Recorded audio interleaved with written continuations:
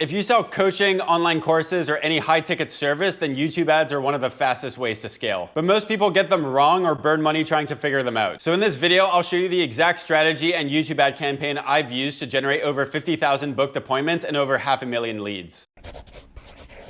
Hey everyone, it's Axel here, and in today's video, I'm gonna show you how to build a YouTube ad campaign that consistently brings quality leads and booked appointments to your business. If you're selling a course, generating leads, or selling a high-ticket service, YouTube ads can often deliver the best ROI out of any ad platform. So for this video specifically, I'm gonna be building out a YouTube ad campaign that targets this property management owner in Whistler, and we're trying to essentially get him more booked appointments. That way he can manage more properties within the town. In order to start, what you wanna do is you wanna click on your campaigns and click on campaigns, and from there, you're going to click on plus and we're going to click on new campaign. The objective here is going to be leads, and specifically we're going for booked appointments. So what I want to do right here is remove every other goal that there is. That way this campaign is only optimizing for the action we're going for, which is a booked appointment. So if you're going for leads, make sure you only have leads set up. If you're going for booked appointments, make sure the booked appointments is set up. And also, of course, make sure that your conversion tracking is actually working before you continue. Now I'm going to click on continue, and as a campaign type, I'm going to select video. Now Google rolled out their new demand gen campaign, which essentially morphs YouTube ads into this one big campaign type. But what we're going to do is I'm going to show you exactly how to set it up as a YouTube only video ad. So to do this, what you want to do is click on video right here and then click on continue. First thing I'm going to do is name my campaign. So I'm going to call this YouTube ad for property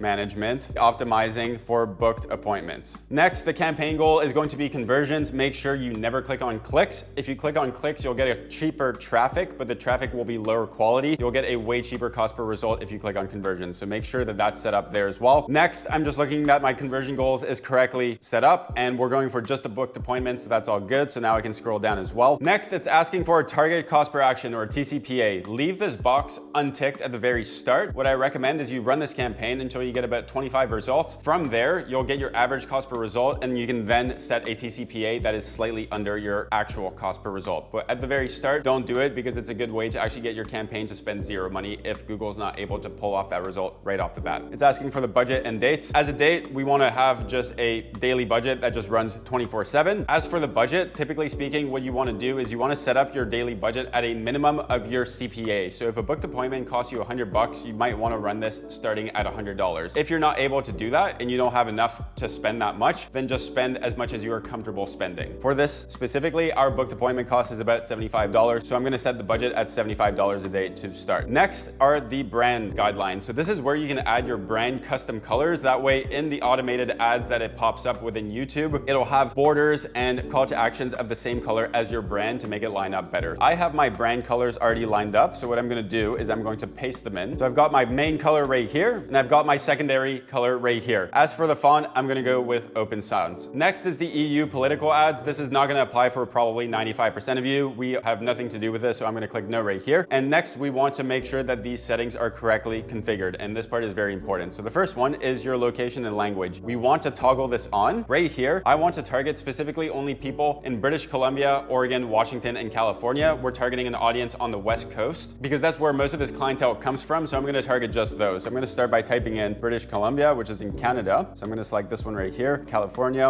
Oregon, and Washington. So set this up to wherever your target audience is. If you're selling a course, you can probably target just the whole of the US. If it's a specific business that you have in a town, you may want to locate that statewide within your campaign instead. It's up to you. Next are the languages. I'm targeting people who speak English, so I'm going to select English right here. The next thing, now this is super important, under devices, it is automatically set up to show on all of devices. What you want to do here is change this and set specific targeting for devices, and you want to remove TV screens. TV screens will always absolutely burn your money when it comes to an ad campaign like this, and you always want them turned off right off the bat. I can't even tell you how many accounts I've been in where I've seen upwards of $10,000 spent on TV screens without a single action completed within that campaign. It's way easier for someone on their phone to fill out a calendar form or a book a call form as opposed to doing it on their remote on a TV screen, so don't run it. Tablets often perform not as well as mobile phones and computers, but they're worth testing. settings. So I'd suggest that you run with these 3, check in on the results after 2 weeks. If you see the tablet's underperforming severely, turn those off too. Next is ad scheduling. I'm gonna make sure that this runs just all day. I wouldn't fiddle with this if I were you either. Third-party measurement, I don't need to set this up either. As for campaign URL options, if you have a UTM template, you can feel free to pop it in right here. For this campaign specifically, we're not looking to track that, so we're not gonna set this up. So now we've set up all of our campaign settings, and it's time to get our targeting settings out of the way. But before we continue, if you like this video so far, feel free to give me a like and a subscribe below. That way you're updated on all my future videos to come. Now, back to our ad group. So the structure I like to follow is to have 3 ad sets and every single ad that we're running within each ad set. For this example, I'm only gonna have 1 ad, but I do suggest that you have multiple ads that you're testing at once. That way you're testing different styles of creative. But for every ad that we're running, we wanna throw them into 3 separate ad groups, where one of them is going to target a 100% broad audience. I'm gonna show you how to do that first. The second one is going to target an interest-based audience, so slightly more narrow. And the third one is going to be retargeting. But I'll start with broad. What I'm gonna do is name my ad set the targeting option that we're choosing. So for this one is going to be broad targeting. Next, when it comes to channels, this is really important. You wanna click on Let Me Choose, and we're going to remove the display network, Gmail, Discover, and when it comes to YouTube, we're gonna do only in-stream. So I'm gonna remove the in-feed, and I'm gonna remove YouTube Shorts as well. And next, it's now asking for our audience. So specifically for this, we're running to a 100% broad audience, so anyone who just lives in those 4 states that I'm targeting. So I'm not gonna touch this at all because I don't have to. Next, for optimized targeting, I suggest you leave this on. This essentially just increases your reach slightly and can often reduce your cost per result. So I would leave that on as well. And as for an ad group URL options, if you have a UTM template and you wanna track things specifically on an ad set level, throw that in here. But for this video, I'm not gonna do that. Next is our ad build. So the first thing it asks us is which type of ad do we want to create? We are creating a video ad. So I wanna leave that toggled on to this one right here. And as for my ad name, I'm gonna call this ad 1, or you can also call it video 1. It doesn't really matter as long as you label your videos differently if you have multiple different types. Next is the final URL. So this is the landing page that you are bringing the traffic to if they click on your ad. For me, the landing page is here. So I'm just gonna copy and paste it there. And that is the landing page where I'm trying to get people to book an appointment. And as for this box where it says show a screenshot of your landing page and your ads, you're gonna wanna tick this box off. That way it's only the video showing with your high quality ad instead. Next, it's now asking for your videos. So before you can do this part, you actually need your video ad uploaded as a YouTube video itself, and then it asks you for a link as opposed to a direct upload. So if you don't have that done yet, take your ad, upload it to your YouTube channel, mark it as an unlisted video, that way your organic viewers can't see it, then take that link and copy and paste it right here. I have mine ready to go, so I'm gonna paste it right there. And now I have my video that can play on the ad. Next is we want to choose where your videos show. This is super important as well. I'm gonna toggle this.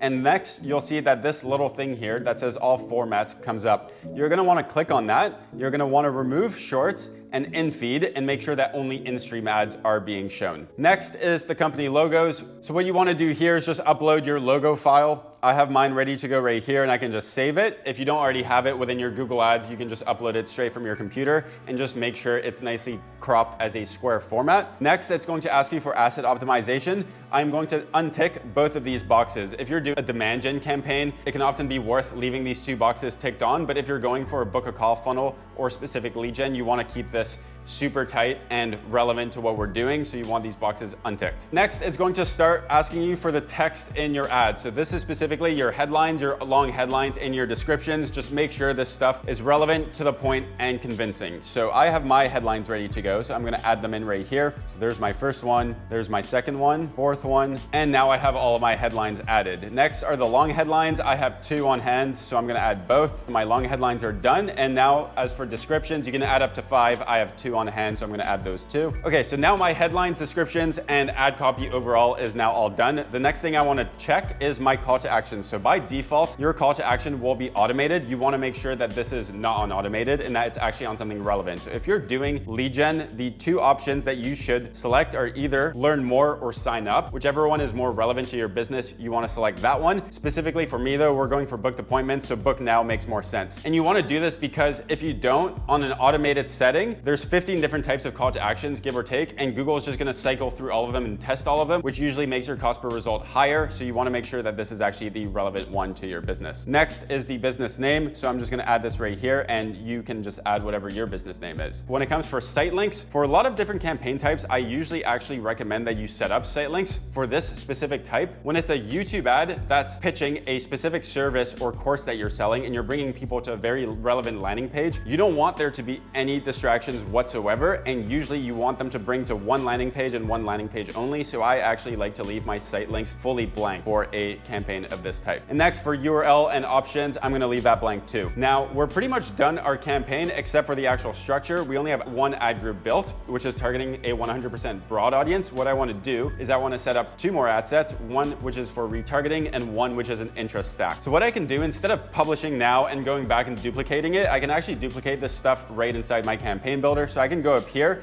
and click here and click on duplicate. Now we can see that I have my second ad set, which is broad targeting number 2, and I'm gonna rename this to interest targeting. And now the only thing I want to actually change in this ad set is the actual audience segment right here. So I wanna click on create an audience now, and this is going to be my interest stack. So what I wanna do is go down to my interest and detailed demographics, and I'm gonna start searching up people who are relevant or more likely to actually convert from an ad like this. So the first one that comes to mind is homeowners, because we're actually going for people to rent out their properties. Another type is family vacationers, because we're also targeting for families to rent out those homes. Luxury travelers is a good one. Luxury home rentals and vacation villas are also all good. So whatever is relevant to your business, take your time, go through the different interests that YouTube has for you to use and select those, and then click on save. So now all it's asking me for is my audience name, and I'm gonna call this interest stack for my YouTube ads.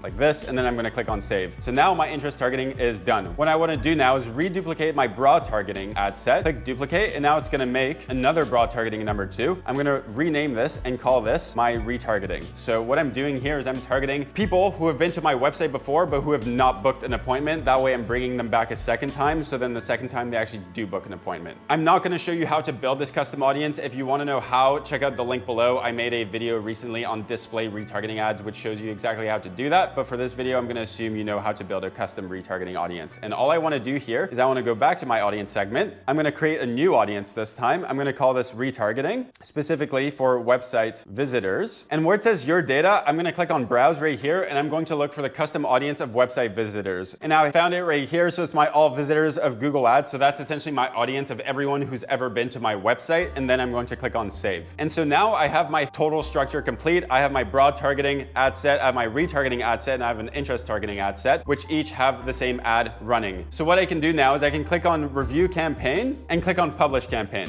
Now keep in mind, when you publish a campaign, no matter what campaign type it is, Google will always automatically enable that campaign and make it live. So if you're not happy with how your campaign is built, and if you're not fully done, what you want to do is go up here, you want to click on here and put it on pause. Then what you want to do is just finish up whatever it is you want to finish, and only turn it on once you're ready to actually get those leads. All right, so that's the full breakdown of how to build a YouTube ad campaign that actually converts into booked appointments and high quality leads. If you're serious about paid ads and want to use YouTube ads to scale your business, and you're looking for someone to do that for you, feel free to book a call with me using the link below, and I'd be more than happy to have a chat. And if you've got any questions about what we've covered today, feel free to drop that in the comments as well, and I'll try and get back to you as soon as I can. Thanks for watching. I hope this helped you out, and I'll see you on the next one.